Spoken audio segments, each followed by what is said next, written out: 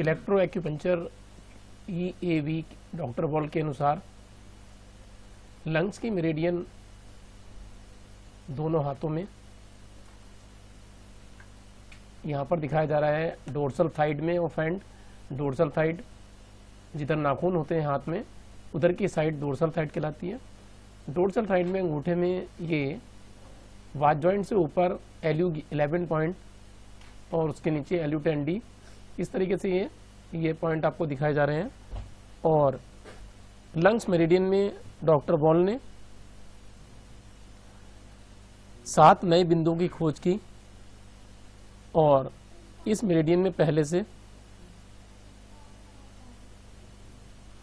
11 बिंदु थे और 7 डॉक्टर बॉल ने खोजे, तो इस प्रकार से 18 बिंदु इस मेरिडियन में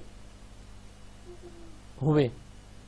और डॉक्टर बॉल ने कुछ TCM के बिंदुओं को पुनः परिभाषित किया, जिसके कारण इस मेरिडियन पर उपचार करने की उपयोगिता और ज़्यादा बढ़ गई है। इसमें जो आपको ये पहला पॉइंट दिखाई दे रहा है LU11 है यहाँ पर, तो ये LU11 पॉइंट लंग्स पैरेंचाइमा का है,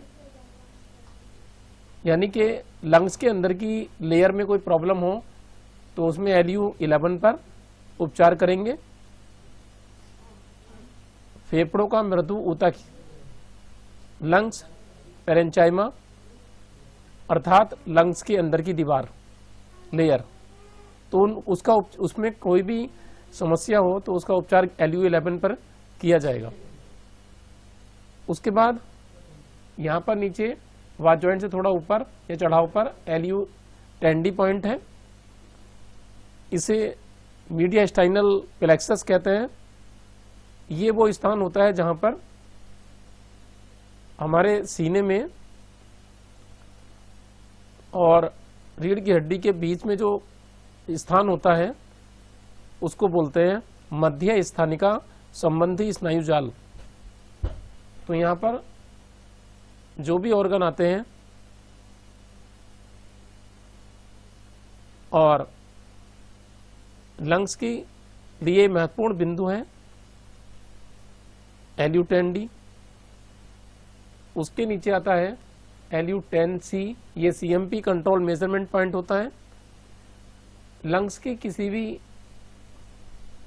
परेशानियों को चेक करना हो लंग्स के अंदर की, तो आप कंट्रोल मेजरमेंट पॉइंट पर, ये वाच जॉइंट से थोड़ा नीचे उतार पर होता है यहाँ पर, तो ये CMP है। और यहाँ पर प्रेशर देंगे और यहाँ सीवियर पेन आता है, तो ये बताता है कि अंदर लंग्स में प्रॉब्लम है और इसका उपचार भी कंट्रोल मेजरमेंट पॉइंट से हो जाता है।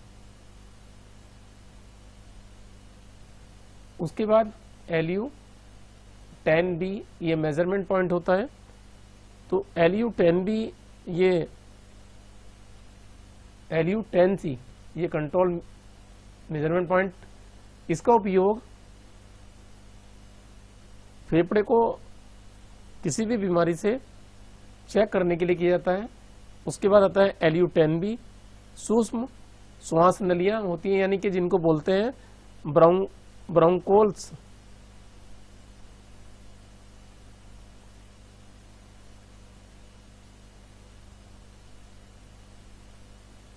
तो श्वास नलिका के संबंधी जो छोटी छोटी श्वास नलिकाएं होती हैं उसमें कोई प्रॉब्लम हो तो आप LU10B पर उपचार करेंगे। ये मेजरमेंट पॉइंट होता है। ये चित्र में पाल्मर साइड का दिखाया जा रहा है एरिया, और इस भाग में यहाँ नाखून भी नहीं दिखाया जा रहा है, इसलिए तो ये भाग हथेली की तरफ का होता है, पाम की साइड का। तो इसमें आपको यहाँ पर ये बिंदु LU10A की लोकेशन को दिखाया जा रहा है।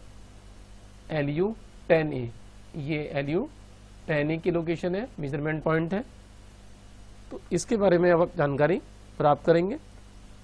LU10A फेफड़े की झिल्ली यानी कि प्लूरा से संबंधित होता है, और प्लूरा से संबंधित कोई भी प्रॉब्लम हो तो उसमें आप LU10A को लेंगे।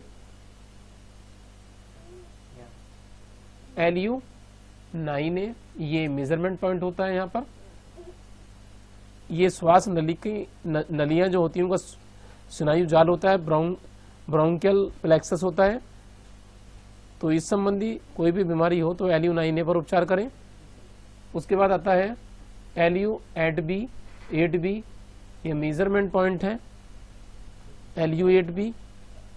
और स्वर यंत्र संबंधी, लैरिंक्स संबंधी किसी भी प्रॉब्लम के लिए आप LU8B पर उपचार करेंगे।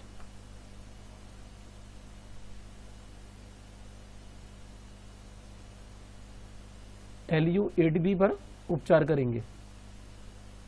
तो LU9 जो होता है ये रेस्ट फोल्ड पर होता है, उसके नीचे LU8B, और LU8B के बाद LU8A देख रहे हैं आप।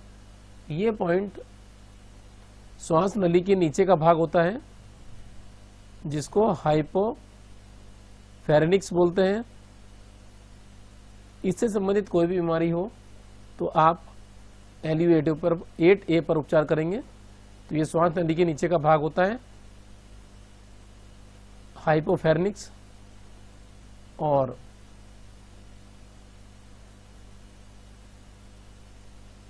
LU10 की बात करते हैं तो LU10 ये बिंदु होता है यहाँ पर। LU10 श्वास नलिकाओं का माप बिंदु है, मेजरमेंट पॉइंट है तो श्वास नलियों की बीमारी को पता लगाने के लिए LU10 पर उपचार करें। LU9 श्वास प्रणाली में काम आता है। ये LU9 पॉइंट ये ट्रैकिया से संबंधित है। ट्रैकिया से संबंधित कोई भी बीमारी हो तो LU9 पर उपचार करें। LU8B मेजरमेंट पॉइंट है। और हाथों और बाहों की जो वेन्स होती हैं उनमें किसी भी प्रकार की परेशानी हो तो LU8 पर उपचार दें। ये LU8 है। और LU7 जो कि TCM में भी होता है। TCM में हाथों बाहों की धमनियों यानी कि आर्टरीज के लिए प्रयोग किया जाता है।